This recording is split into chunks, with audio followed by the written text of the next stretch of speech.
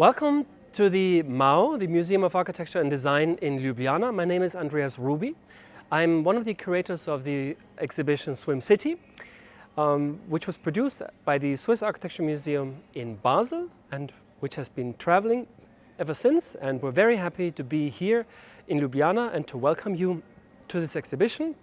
Swim City is about the idea that rivers in cities can be swimmable, that they're not only there for ship traffic, they're not a sewage system, they're a natural resource that goes into the city and that should be at the service of the people and the environment. So that's why we're in Ljubljana, because Ljubljana has a river too, Ljubljanica, which is beautifully located in the city and which could be swimmable, maybe, if some of the preconditions would be met. We're here in the courtyard of the museum in Fujine, and actually people are sitting here in the coffee, and they actually will hear the sound of the museum, of the sound of the film, as they're drinking their cappuccino. And this is to lure them into the space. So please follow me.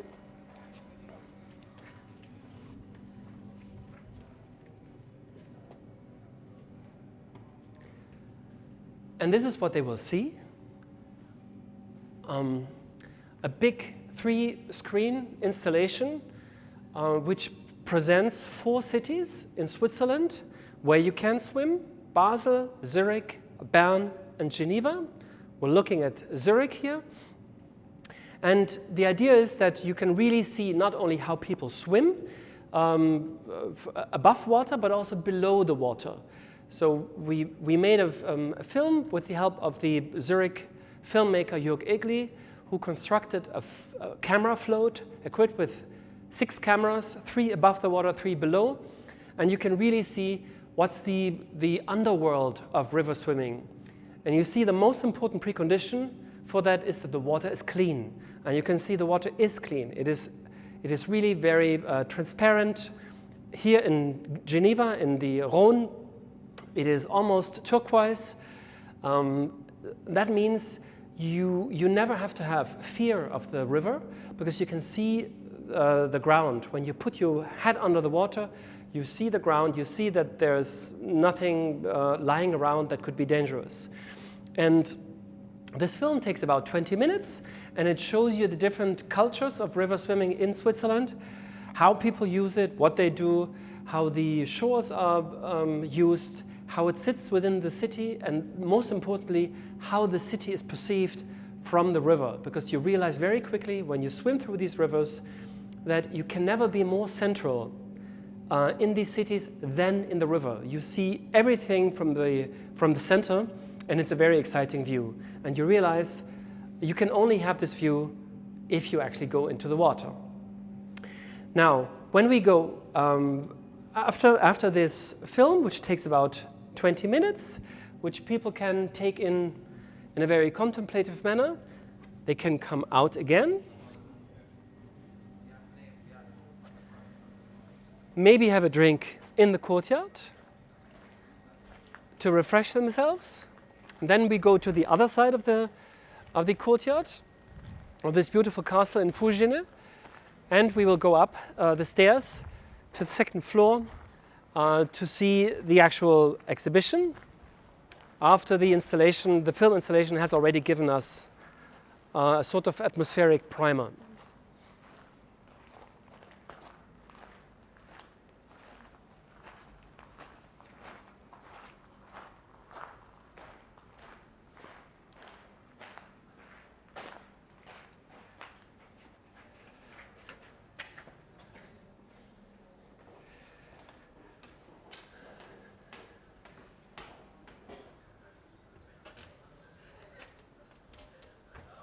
So here's the continuation of the exhibition in a very beautiful space with these rough wall textures, and everything has been hung in front of the walls. In the first of these 2 spaces, we see how river swimming is practiced in Switzerland. You see on the wall 4 case studies: Zurich, Bern, Geneva and Basel on this side. And we always explain a little bit how this actually works. So if, for instance, if we look at Basel, we see it's a very big river, it's very wide, and you can swim from here all the way to there. That's 3 kilometers. If we look at Zurich, for instance, it's a different situation. The river is much smaller. It comes from a lake. And you have a couple of spots where you can go into the river. You see a little bit how it looks. We have photographs. We also show what is the visual communication in these places, because it's very important to understand that river swimming in Switzerland works without lifeguards. So people are responsible for their own safety. That's why what the state actually does is to inform the population what they can and what they cannot do. So for instance, if we go over to the Basel side, there's a very important map. If you see this map here, you see the Rhine with different colors, and only where there's blue, this is where it's recommended to go into the water. The other parts, the red and the yellow, are used by ships. They are big ships, like this, if we look over here. So these are big transport ships that transport goods from the harbor in Rotterdam to Basel and the other way around. And it's quite amazing that it's possible for both swimmers and ships of this size to use the river at the same time. You can also see that it was not always so clear that you could use this river. Now it's clean, but there used to be a very big chemical incident where the chemical industry near Basel had a fire, extinguished the fire, and the extinction liquid, together with some chemicals, went into the river and dyed it red for a week. Killed all fish and created a huge public protest.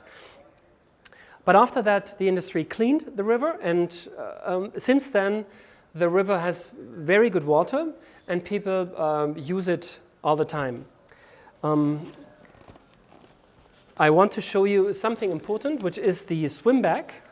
This is a very important device. It's the most important infrastructure of river swimming because it is the actual locker for your clothes. You have to imagine when you enter a river, you never exit there at the same time because the current takes you away a couple of kilometers.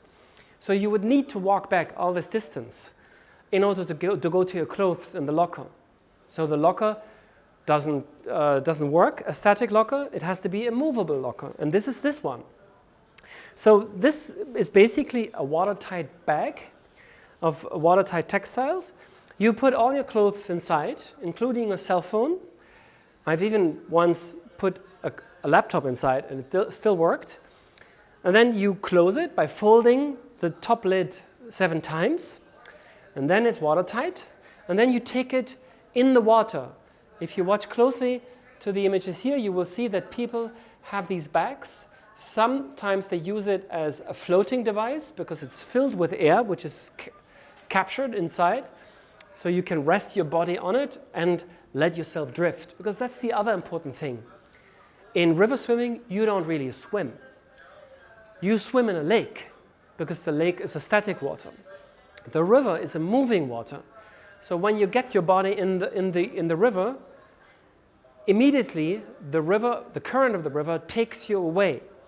And the rivers have different currents. The Rhine is relatively slow, but the Rhone, for instance, in Geneva, is quite fast. And so you go in the water and it takes you away, and you actually don't need to swim. The only time that you really need to swim and you need to exercise power is when you want to get out, because then you need to work a little bit against the current in order to get to the shore. And this is something that can be surprising for people who do this for the first time. It can take 50 to 100 meters, and you just have to be patient, which is the general rule in urban river swimming. Never panic. When there's something strange happening, stay cool and do your thing and don't become hectic. So yeah, we can have a look over here. This is Bern. Bern has maybe the oldest tradition of river swimming. You can actually see the topography of the city is really amazing with this river doing this mirrored S shape. And it's deep in a valley, actually, and it's very natural, as you can see here. It's very green. The water is very beautiful. It has this super strong green color, and it's quite cold. It comes directly from the Alps. People actually love to use boats to go from the preceding town called Thun on these boats. That takes about 40 kilometers. They ride downstream, they arrive in Bern, and then they go swimming. And this also has a very strong and fast current, so that's why you need to be careful, responsible. And Bern even made a security campaign to make people understand that there are dangers with this. This is not just playful swimming. You have to be a good swimmer, and you have to know where to get in and where to get out. If you see here, this is the safety campaign that they did in Bern, which makes fun of the double entendre of "Are you safe?"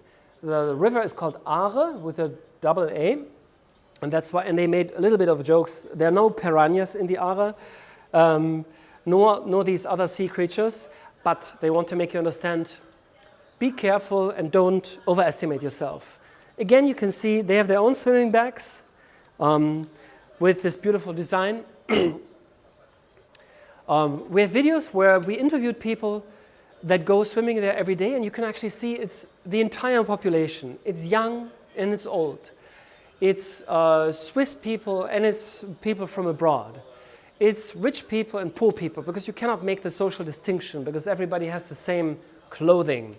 And so it's really a very inclusive form of public space. And that's why it's actually a beautiful form for cities to produce public space that can be used by everybody. Here in the second space, we now show examples of projects that that are in other cities. So this is New York, the Plus Pool. All these projects, they don't exist yet. They are still under construction, in planning. Actually, there's something beautiful. If you come to the window, you can see, you can see the river Ljubljanica, which is just outside, and which contextualizes this exhibition beautifully, because we want to really create a discussion in this city how the Ljubljanica can be made swimmable again, because I think in the 60s people did swim already.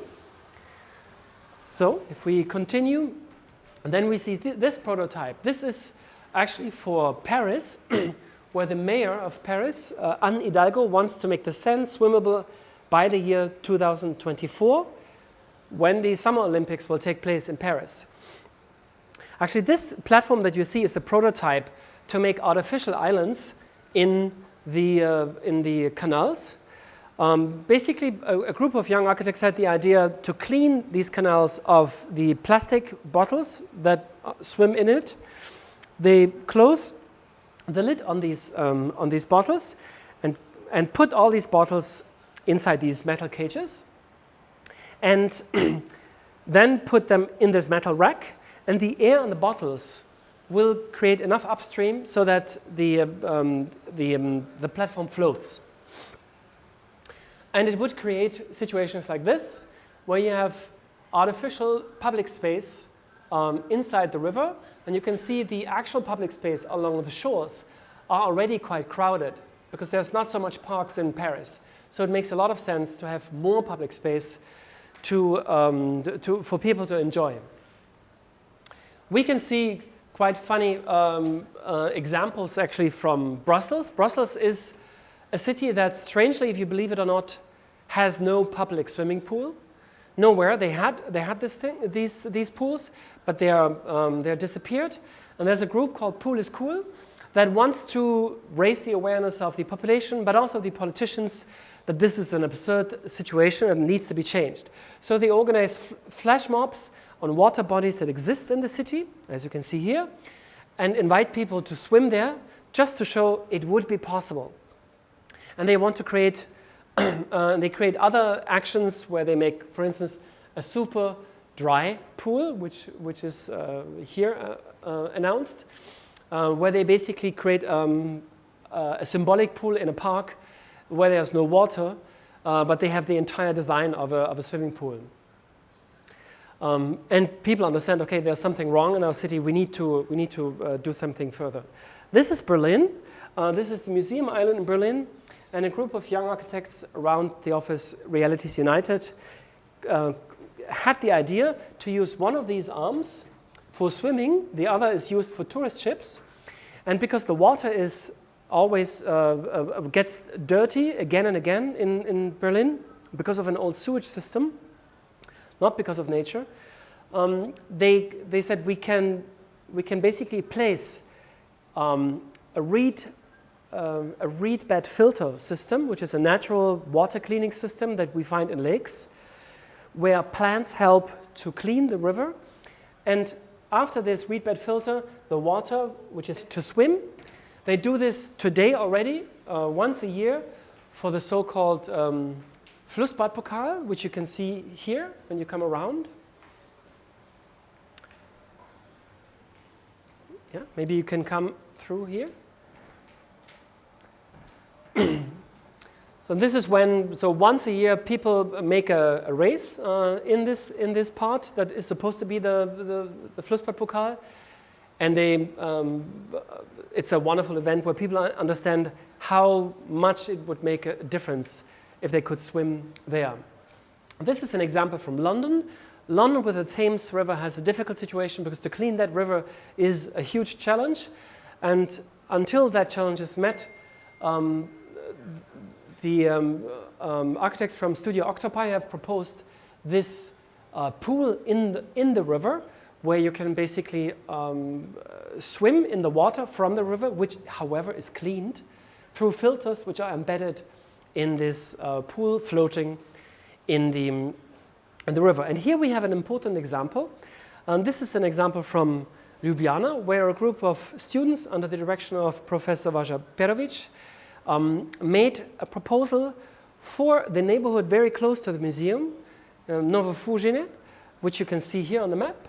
So they created this entire strip superimposed on the river, where they proposed to use, for instance, the banks here with steps so that people could sit there, and this would be a perfect spot to use for river swimming. They use it also for other outdoor activities. You can see it here in the model.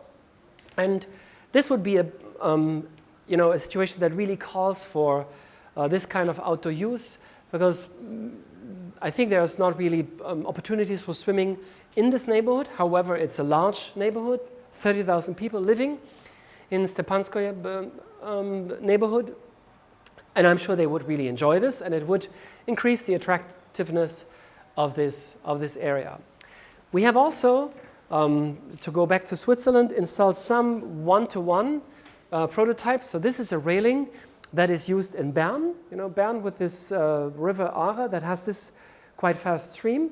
So just to make you understand how the force of the river is, when you want to go out, you need this device to actually, so basically I will come this way and I will let myself float against this, grab it, and then pull myself out and go out there.